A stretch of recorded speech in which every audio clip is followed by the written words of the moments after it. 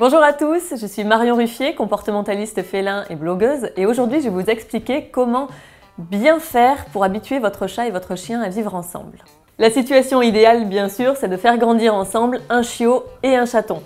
Plus tôt ils seront familiarisés à l'autre espèce, et mieux ça se passera. Si votre chat a déjà vécu avec un chien dans le passé, alors il s'entendra mieux avec le nouveau chien. Mais attention, parce que si votre chat a été familiarisé à un chihuahua, par exemple, ce ne sera pas du tout la même chose avec un berger allemand. De la même manière, si votre chien a déjà vécu avec des chats par le passé, alors ça se passera mieux avec le nouveau chat. On dit aussi généralement que c'est plus facile de faire accepter un chaton à un chien que l'inverse.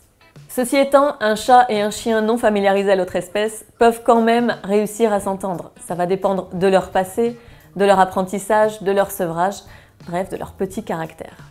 Il faut savoir aussi que les chats et les chiens n'ont pas les mêmes codes comportementaux.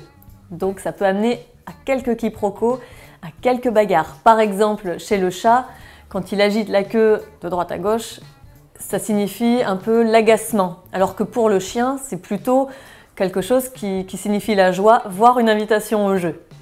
C'est le moment des présentations et pour bien faire, veillez à ne pas les enfermer tous les deux dans une pièce où l'un comme l'autre ne pourra pas s'échapper. Alors bien sûr, faites en sorte que la porte d'entrée et que les fenêtres soient fermées pour ne pas que votre chat s'enfuit et risque de ne pas revenir, mais il ne faut pas les enfermer tous les deux dans une pièce.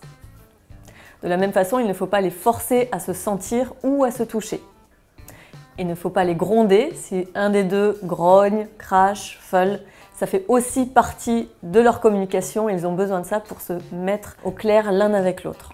Le mieux, c'est de les laisser gérer entre eux leur présentation, mais bien sûr, toujours sous surveillance. Il ne faut pas oublier que le chat est un prédateur, mais aussi un prédaté, ce qui le rend vulnérable par rapport au chien. L'idéal, c'est que votre chat puisse avoir des spots en hauteur, d'où il pourra observer son nouveau compagnon en toute sécurité. Éventuellement aussi, avant la rencontre, veillez à bien avoir nourri le chien, à bien les avoir fait courir, le chien comme le chat, comme ça ils auront toujours moins d'énergie à dépenser entre eux.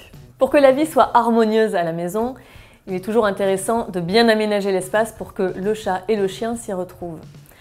Il faut que le chat ait accès à sa gamelle, à ses bols d'eau, à sa litière, sans risque de se faire courser par le chien. Donc quand c'est possible, c'est toujours bien de mettre la litière soit un peu en hauteur, soit à l'étage par exemple. Pour la nourriture, ça va être un petit peu la même chose, vu que le chat mange à volonté, contrairement au chien, il vaut mieux placer la gamelle ou le distributeur en hauteur. Comme il est plus facile de dresser un chien qu'un chat, faites en sorte qu'une pièce de la maison ou l'étage soit inaccessible au chien. Comme ça, le chat aura toujours une zone de repli où il se sentira complètement en sécurité. Le petit plus pour créer de la cohésion entre votre chat et votre chien, c'est de créer un petit rituel gourmand en leur donnant à chacun de la pâtée ou une friandise, quelque chose qu'ils adorent, au même moment, dans la même pièce, sans être collés nez à nez. Et comme ça, ils vont s'associer au fur et à mesure à quelque chose de vraiment agréable l'un avec l'autre. Maintenant que vous savez comment bien habituer votre chat et votre chien à vivre ensemble, retrouvez plein de conseils et d'astuces en vous abonnant à la chaîne Minute Facile et sur mon blog absolumentchat.com. À très bientôt!